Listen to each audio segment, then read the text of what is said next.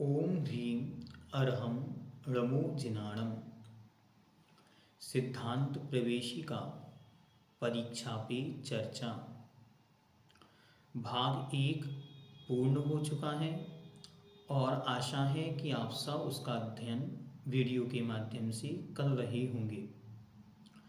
आप जिस भी वीडियो को देखें अच्छी तरह उसे लाइक करें और चैनल को सब्सक्राइब करें और थोड़ा सा समय निकालकर अच्छी तरह वीडियो पर कमेंट भी करें। ज़्यादा कुछ ना कर पाएँ तो मात्र जय जिनेंद्र इतना आप लिख सकते हैं। आइए अब हम चलते हैं सिद्धांत प्रवेशिका भाग 2। भाग 2 में पुनः 2 खंड हैं, खंड आ और खंड वा। खंड आ में पहला चैप्टर है दर्शन पाठ। यहाँ से दर्शन पाठ की कोई एक पंक्ति आ सकती है जो आपको पूर्ति करने के हिसाब से दी जा सकती है। बाकी अर्थ आदि यहाँ से नहीं पूछे जाएंगे, इसलिए आप लोग निश्चिंत रहें और इसका पाठ करते रहें। जब भगवान के दर्शन करें तब इस पाठ को स्मरण में रखें। रोज जिनेंद्र भगवान के दर्शन के समय यदि इस पाठ को हम बोलेंगे तो इसको बोलने से हमें ये स्मरण में बना रहेगा। पाठ नंबर 2 सच्चे देव शास्त्र गुरु। अभ्यास प्रश्न। सच्चे देव शास्त्र गुरु का लक्षण लिखिए। यह किसी एक प्रश्न या एक परिभाषा के रूप में मानो सच्चे देव की परिभाषा लिखिए या सच्चे गुरु या सच्चे शास्त्र। इसलिए आपको तीनों अच्छी तरह ध्यान में रखने हैं, कोई भी पूछा जा सकता है। तो सच्चे देव का लक्षण क्या है? तो जो वीतरागी सर्वज्ञ और हितोपदेशी होते हैं वे सच्चे देव कहलाते हैं।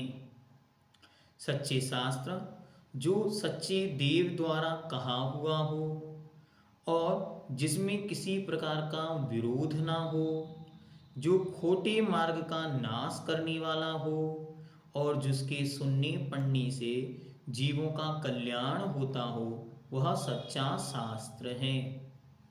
इसके बाद सच्चे गुरु जो इंद्रियों के विषयों की चाह नहीं रखते, आरंभ परिग्रह नहीं रखते तथा ज्ञान ध्यान तप में लीन रहते हैं, वे सच्चे साधु हैं।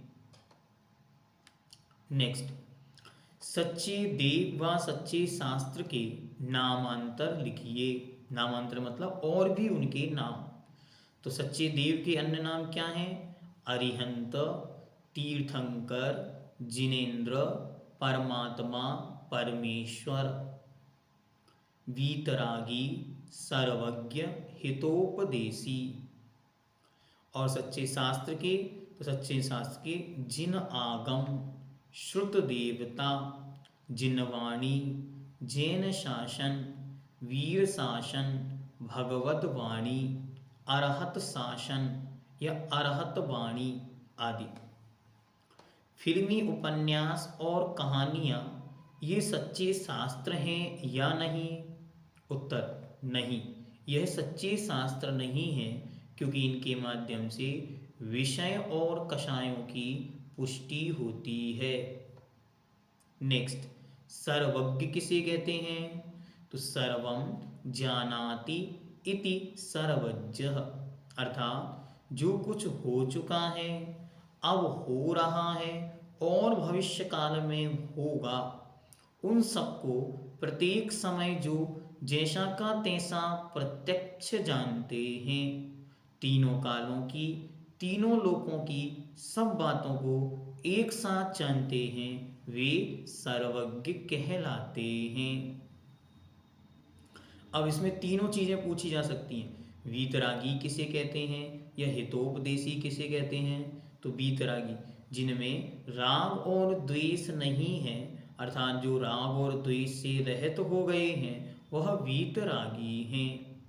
हितोपदेशी जो हित का अर्थात संसार के सब प्राणियों के कल्याण का उपदेश देते हैं, वे हितोपदेशी हैं। इस पाठ से हमें क्या शिक्षा मिलती है? तो इस प्रकार सच्चे देव शास्त्र गुरु का स्वरूप जानकर सदा ही उनकी भक्ति, पूजन और सेवा करनी चाहिए। किंतु रागी द्वेषी मिथ्या देवों व साधुओं को कभी नहीं पूजना चाहिए। अनाचार, शिथिलाचार तथा विषय कषाय बढ़ाने वाले मिथ्या शास्त्र भी नहीं पढ़ने चाहिए। यह शिक्षा हमें इस चैप्टर को, पाठ को पढ़कर मिलती है। पाठ नंबर 3, मिथ्यात्व। मिथ्यात्व क्या है? तो सामान्य शब्दों में जो वस्तु का जैसा स्वरूप है उसे वैसा नहीं मानना, तत्वों का विपरीत श्रद्धान करना या अश्रद्धान करना मिथ्यात्व है। सच्चे देव शास्त्र गुरु पर श्रद्धान ना करना और उसके स्थान पर खोटे देव शास्त्र गुरु का श्रद्धान करना, विपरीत धारणा, गलत धारणा भी मिथ्यात्व कहलाता है। मिथ्यात्व के कितने भेद हैं? तो सामान्य से मिथ्यात्व के 2 भेद, एक गृहीत मिथ्या और एक अगृहीत मिथ्या। अच्छी तरह 6 ढाला ग्रंथ के अध्ययन के समय हम लोगों ने इसको विस्तार से समझा, फिर भी यहाँ सामान्य से देखते। गृहीत, गृहीत मतलब दूसरों के उपदेश से ग्रहण करना। तो पर के उपदेश आदि से कुदेवों में जो श्रद्धा उत्पन्न हो जाती है उसे गृहीत मिथ्यात्व कहते हैं। और अगृहीत तो अनादिकाल से किसी के उपदेश के बिना शरीर को ही आत्मा मानना आदि रूप जो तत्वों की विपरीत श्रद्धा है उसका नाम अगृहीत मिथ्यात्व है। नेक्स्ट, मिथ्यात्व के 5 भेद कौन कौन से हैं? ये अच्छी तरह याद रखना, ये इंपॉर्टेंट है। तो मिथ्यात्व के 5 भेद, विपरीत, एकांत, विनय, संशय और अज्ञान। विपरीत और एकांत मिथ्यात्व का लक्षण लिखिए। अब इन 5 में से किसी का लक्षण भी पूछा जा सकता है, ठीक है? तो ध्यान से, विपरीत, विपरीत मतलब होता है उल्टा। तो जीवादि पदार्थ में विपरीत मान्यता अथवा अधर्म को ही धर्म मानना, ऐसी जो विपरीत, उल्टी, खोटी श्रद्धा है उसका नाम विपरीत मिथ्यात्व है। एकांत अर्थात वस्तु के अनेक धर्म, अनेक गुण होते हैं, उनमें से किसी एक गुण को यदि पकड़कर मात्र उसकी चर्चा की जाती है तो वह कहलाता है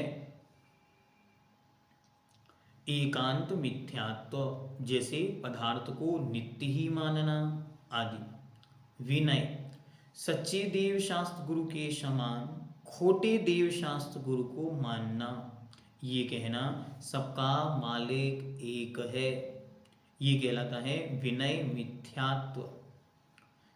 फिर संशय, संशय मतलब होता है डाउटफुलनेस, मतलब संदेह बना रहना, सच्चा क्या है खोटा क्या है इसका निर्णय नहीं कर पाना। फिर है अज्ञान, जीवादि पदार्थों के समझने का प्रयास ना करना, जैसे आपने किसी से कहा भैया स्वाध्याय कर लो और वह कहे अरे हमें स्वाध्याय नहीं करना, अभी करेंगे तो फिर कुछ छोड़ना पड़ेगा। तो ये जो बुद्धि है कि ना जानो ना उसे मानना पड़ेगा, ये कहलाता है अज्ञान मिथ्यात्व। मिथ्यात्व के अधिक से अधिक कितने भेद हो सकते हैं? तो मिथ्यात्व के अधिक से अधिक असंख्यात लोक प्रमाण भेद हो सकते हैं। जितने जीव उनकी उतनी धारणाएं, उतनी श्रद्धा, उतनी मिथ्यात्व। ठीक इसी के साथ यह चैप्टर पूर्ण हुआ। नेक्स्ट, चैप्टर नंबर 4, श्रावक के 6 आवश्यक कर्म। कोशिश करें इन 6 आवश्यक कर्मों को अच्छी तरह याद कर लें और इनके नोट्स तैयार कर लें। पिछले वर्षों में आपको बड़े प्रश्न के रूप में यह प्रश्न पूछा जा चुका है। तो 6 आवश्यक कौन कौन से हैं? तो षट आवश्यक के नाम बतलाइए। देव पूजा, गुरुपासना, स्वाध्याय, संयम, तप और दान। आपको प्रश्न पूछा जा सकता है, भेद प्रभेद लिखिए, तो उसमें आया श्रावक के आवश्यक कर्म, तो आपको ये लिखना। शौर सामान्य से आएगा षट कर्म, तब आपको अशी, कृषि, मसी, वाणिज्य, विद्या, ये लिखना। और षट आवश्यक पूछे जाएं तब ये 6 लिखना। ठीक है, ये ध्यान में रखना। बहुत सारे लोग दोनों के बीच कंफ्यूज हो जाते हैं।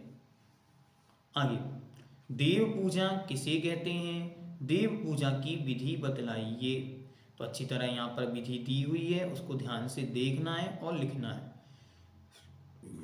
मन वचन काय से जिनेंद्र भगवान के गुणों का विशेष रूप से चिंतन मनन करना देव पूजा कहलाती है। इसमें एक प्रश्न और है, पूजन के 6 अंग कौन कौन से हैं? ध्यान से, अभिषेक, आवाहनन, स्थापन, सन्निधिकरण, पूजन और विसर्जन। नेक्स्ट, स्वाध्याय किसे कहते हैं? जिनेंद्र भगवान के द्वारा कहे गए, गणधरों द्वारा निरूपित किए गए या गुम्फित किए गए, आचार्यों द्वारा लिखे गए ग्रंथों शास्त्रों का पढ़ना पढ़ाना, सुनना सुनाना, पूछना बताना, चिंतन मनन करना, चर्चा करना स्वाध्याय है। नेक्स्ट, दान किसे कहते हैं और वह कितने प्रकार का होता है? तो दान स्वपर कल्याण के लिए 4 प्रकार का दान दिया जाता है। दान किसे कहते हैं? स्वपर कल्याण अर्थात स्वयं के और दूसरों के कल्याण के लिए जो अपनी वस्तु का दान दिया जाना है वही दान है। दान कितने प्रकार का? 4 प्रकार का, आहार, ज्ञान, औषध और अभय। इंद्रिय संयम किसे कहते हैं? इंद्रिय संयम अपनी इंद्रिय अर्थात 5 इंद्रिय और मन को संयमित करना, अर्थात इनके माध्यम से 5 इंद्रियों के जो विषय हैं उनमें चित्त को नहीं लगाना, यह संयम है। Next, chapter number 5, Ratnatraya. Ratnatraya क्या है? एक बार यह प्रश्न पूछा जा चुका, सब भेद प्रभेद में। रत्नात्रय, तो आपको लिखना है 3, सम्यक दर्शन, सम्यक ज्ञान, सम्यक चारित्र। रत्नात्रय किसे कहते हैं? तो अच्छी तरह सम्यक दर्शन, सम्यक ज्ञान, सम्यक चारित्र, तीनों की एकता का नाम रत्नात्रय है। रत्न मतलब रत्न, त्रय मतलब 3 रत्नों के समूह का नाम रत्नात्रय है। रत्नात्रय प्राप्ति का उपाय बतलाइए।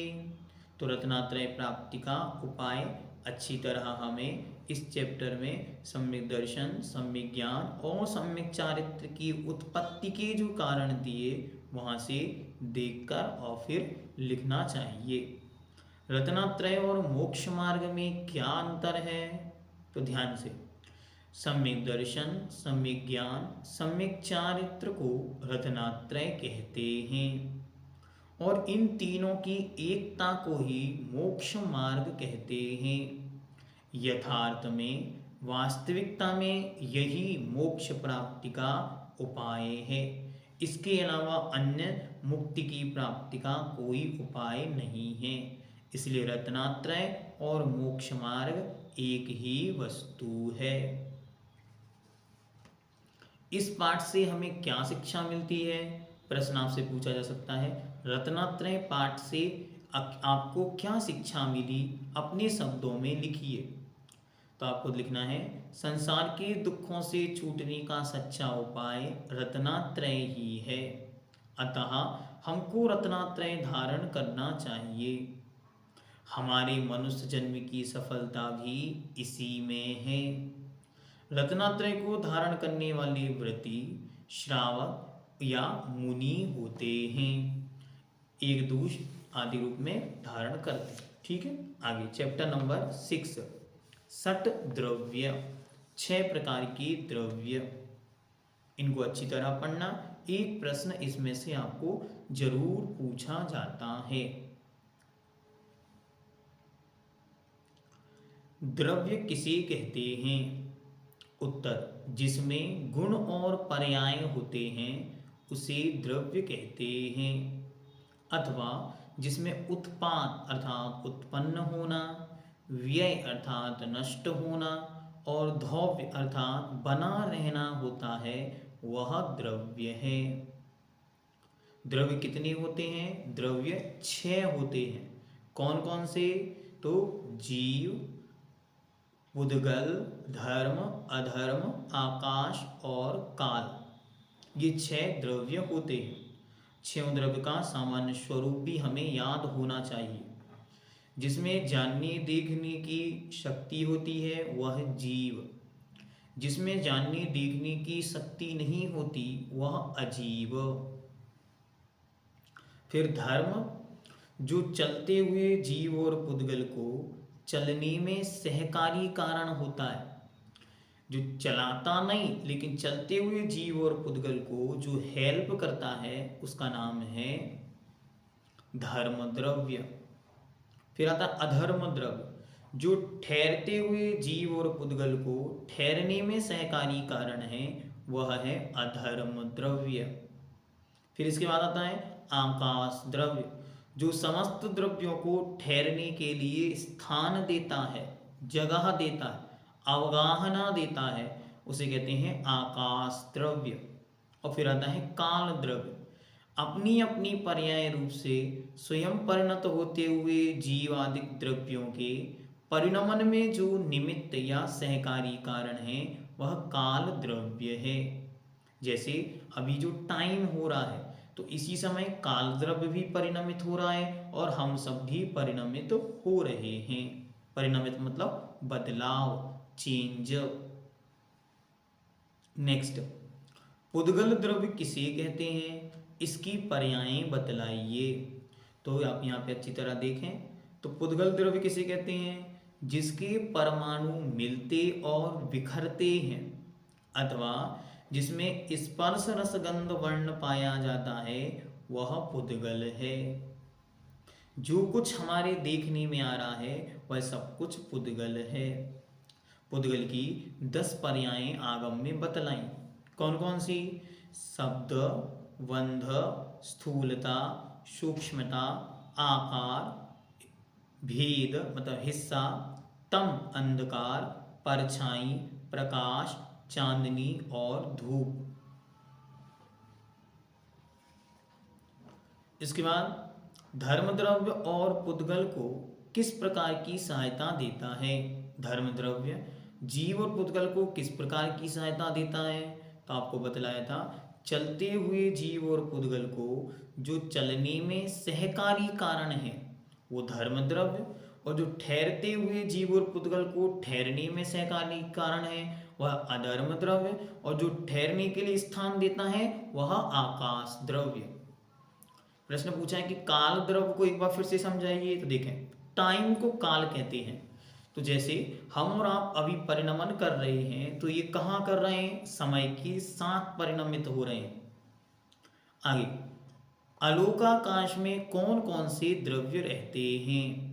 उत्तर, आलोकाकाश में केवल एकमात्र आकाश द्रव्य है। इसकी जगह पर पूछा जाए कि लोकाकाश में कौन कौन से द्रव्य हैं, तो लोकाकाश में 6 द्रव्य पाए जाते हैं। हम कहाँ रहते हैं, लोकाकाश में या अलोकाकाश में? चलिए इसका उत्तर कौन बताएगा? अनीता जी बताइए।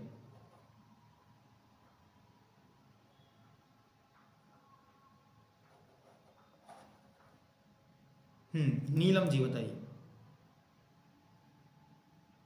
भैया हम लोक आकाश में रहते। ठीक, हम सभी लोकाकाश में रहते हैं। क्यों? क्योंकि आलोक आकाश में तो आकाश के अलावा और कुछ नहीं है। ठीक है, चलिए एक प्रश्न और आया, मूर्त और अमूर्त बतलाइए। तो मूर्त मतलब होता है जिसमें स्पर्श, रस, गंध और वर्ण पाया जाता है, वह कहलाता है मूर्त। जिसे हम छू सकें, देख सकें, सूंघ सकें, वह कहलाता है मूर्तिक। और जिसमें स्पर्श, रस, गंध, वर्ण आदि नहीं पाया जाता वह अमूर्त, जैसे हमारी आत्मा। सिद्ध भगवान, धर्म द्रव्य, अधर्म द्रव्य, आकाश द्रव्य, काल द्रव्य आदि। नेक्स्ट चैप्टर नंबर 7, तत्व और पदार्थ। तत्व और पदार्थ क्या है तो देखते हैं।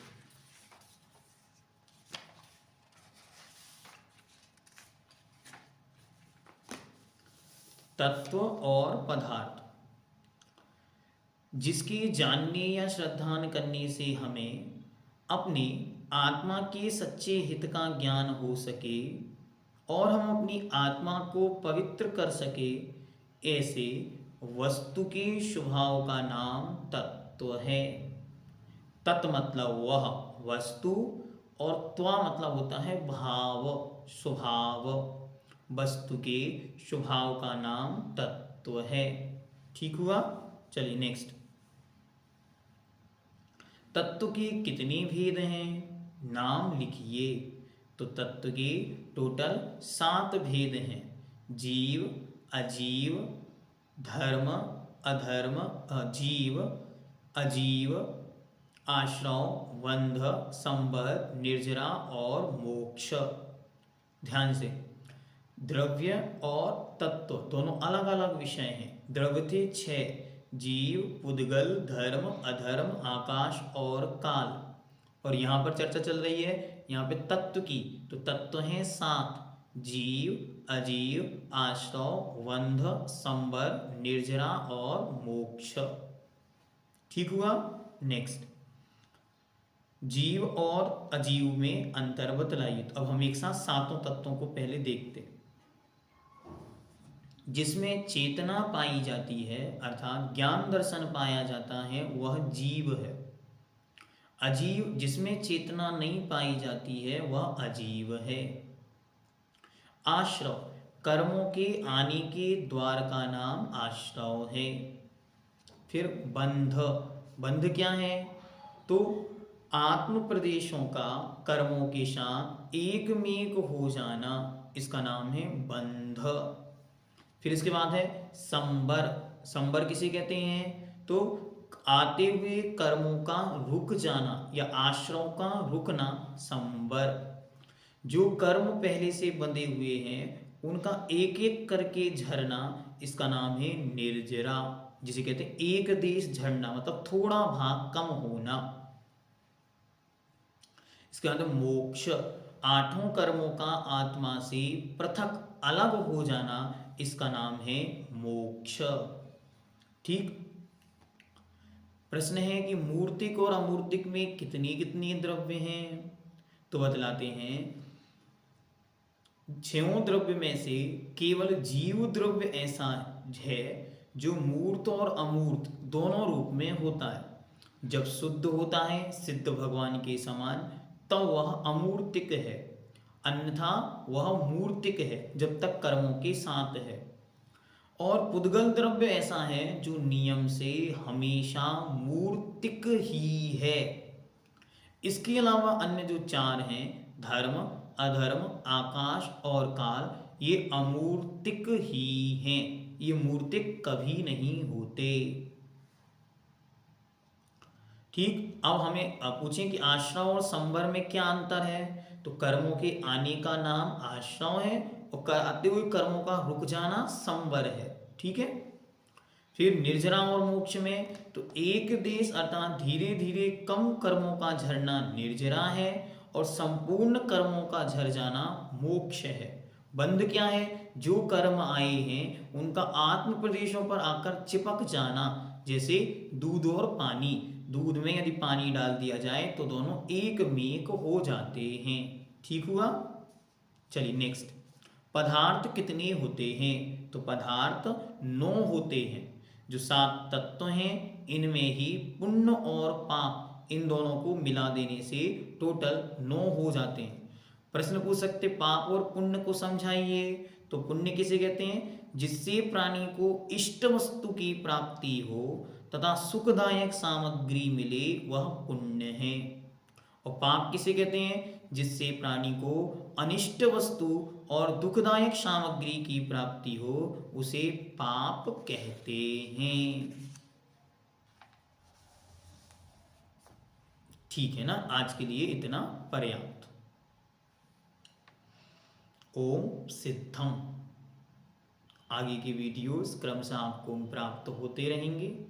आप जिस वीडियो को देखें, जो भी विषय यदि आपको समझ में नहीं आया है तो उसी के कमेंट बॉक्स में आप लिखकर पूछ सकते हैं कि हमको इस विषय में बतलाइए।